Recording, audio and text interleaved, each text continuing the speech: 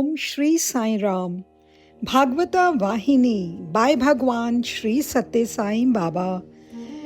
Chapter 7. Vidura the Counselor. Vidura continued his admonition of Dhritarashtra. You have reached this advanced age, but still you, without any shame or hesitation, are leading a dog's life. You may not be ashamed of it, but I am. Fie upon you! Your method of spending your days is worse than that of a crow. Dhritarashtra could not hear more. He cried, Oh, enough, enough, please stop. You are torturing me to death. These are not the words that one brother should address another. Hearing you, I feel you are not Vidura, my brother. He would not have reprimanded me so cruelly, for he is Dharamraja, with whom I am now a stranger. Have I taken refuge with an alien? What is this that you are saying? Why these harsh words? Dharamraja is fostering me with great love and care. How can you declare that I am leading a dog's life or a crow's? It's a sin if you entertain such ideas. This is just my fate and nothing else. Dhritarashtra bent his head and moaned. Vidura laughed in derision. He said, Have you no sense of shame that you should talk thus? Dharamraja might, out of his goodness, care for you more than his own father. He might look after you with a love greater than your own son's. This is but the reflection of his character. This is but the amplification of the significance of his name. But should you not plan for your own future? One leg of yours is already in the grave, and you are blindly filling your stomach in comfort and rolling in luxury. Reflect for a moment how you tortured Dharamraja and his brothers to fulfill the wicked intentions of your wild sons. How you devised stratagems for their extinction. You put them in a wax house and set fire to it. You attempted to poison them. You insulted their queen in the most humiliating manner before a vast assembly. You and your abominable brood piled grief over grief on the sons of Pandu, your own brother. Blind, senile, thick-skinned elephant, you sat on the throne, perpetually asking those beside you, What is happening now? What is happening now? How can you stay in this place, enjoying Dharamraj's hospitality, rolling over your mind the iniquities perpetrated by you for his destruction? When you were devising their end, did they cease to be your cousins, or did the cousinship emerge now, when you came to them for stay? You tell me so proudly that they were treating you well, without a shred of shame. Why speak so much? The disastrous game of dice took place at your initiative, isn't it? Do you deny it? No. I was the witness of that game. I advised you against it then. Did you take it to the heart? What happened then to the love and sympathy which you are now freely pouring forth? Today, like a dog, you are gulping the food of the Pandavas, are placing before you and leading this despicable life. Hearing these words of Vidura, which pained him like hammer strokes, Dhritarashtra developed a distaste for his style of living. Vidura's intention was to prod him into the life of a recluse and the life of sadhana or spiritual discipline, so that he might realize his self before it was too late. At last, he felt that Vidura was speaking the truth and giving him a true picture of his low nature. He said, Brother, yes, all that you have said is true. I admit, I have realized it now.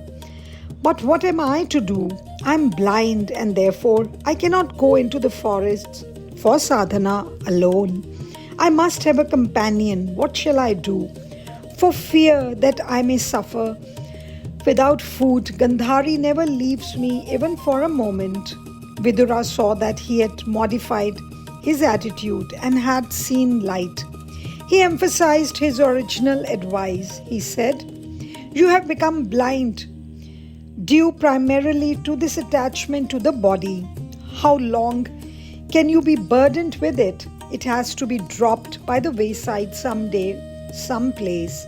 Know that you are not this body, this package of nauseating things. To identify yourselves with a physical frame is the sign of extreme foolishness.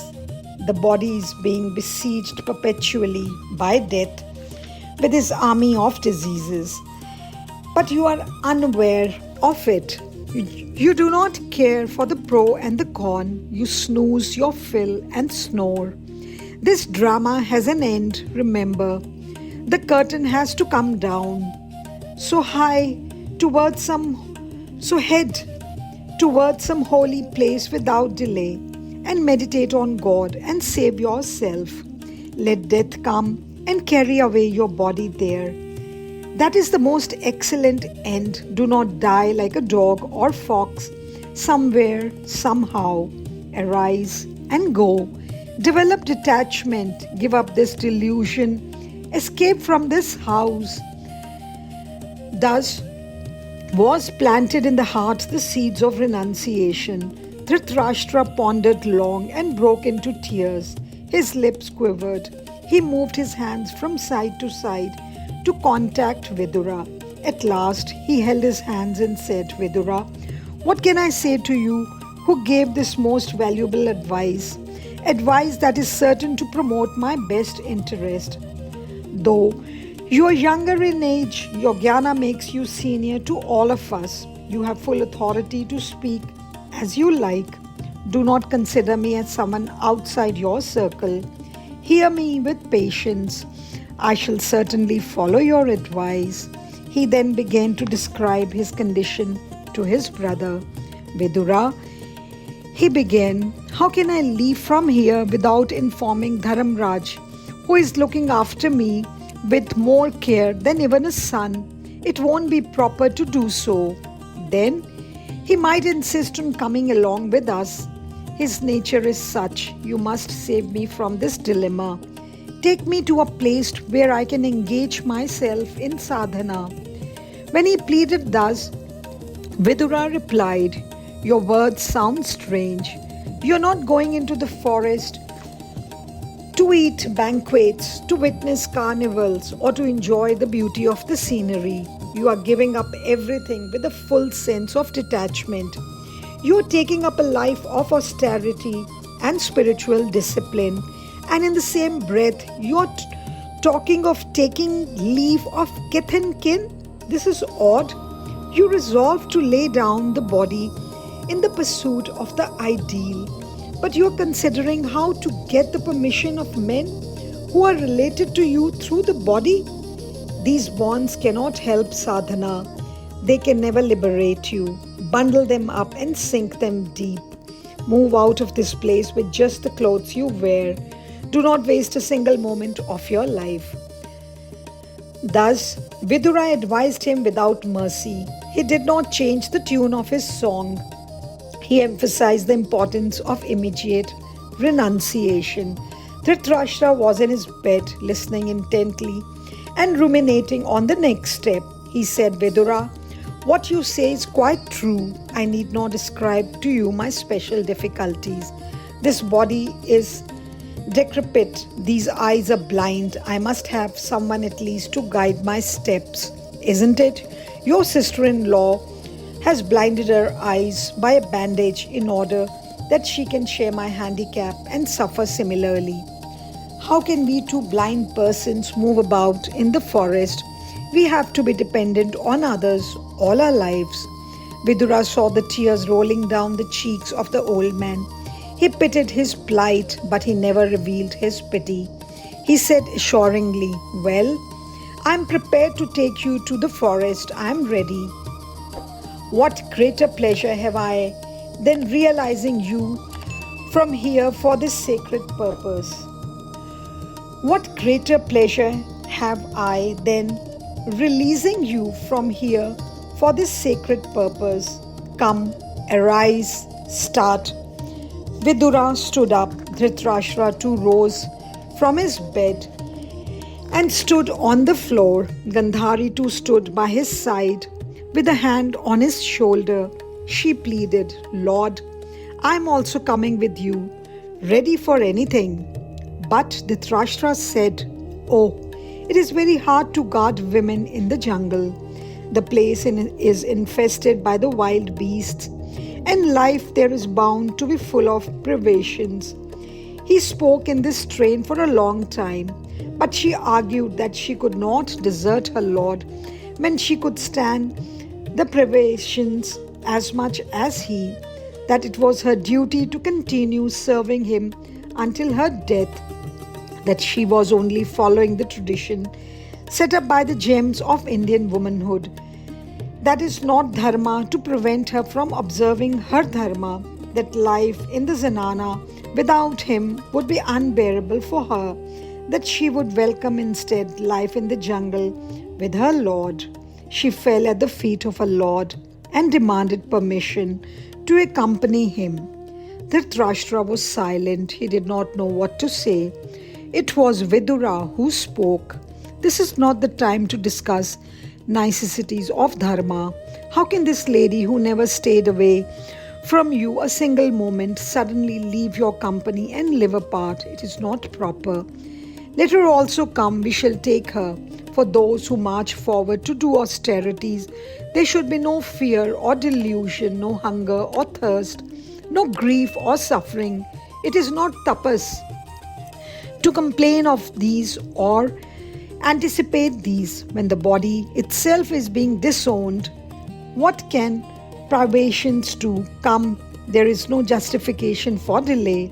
Vidura moved forward, leading Dhritarashtra silently, followed by Gandhari, who had a hand on his shoulder. The saintly votary of God, Vidura, took the pair unnoticed by the guards and the citizens through the side streets and out beyond the city limits. He hurried them and so they may reach the forest before dawn. But the Ganga had to be crossed in a boat and no boatman was there to take them across before sunrise. So they had perforce to wait on the bank of that holy river. Vidura made them rest for a while in a bower and himself arranged for a boat to take them all to the other bank in the dark. Jai Sai Ram. साईश्वराय विद्महे सत्यदेवाय धीमहि तन्नः सर्वप्रचोदयात्। ॐ साईश्वराय विद्महे सत्यदेवाय धीमहि तन्नः सर्वप्रचोदयात्। ॐ साईश्वराय विद्महे सत्यदेवाय धीमहि तन्नः सर्वप्रचोदयात्। ॐ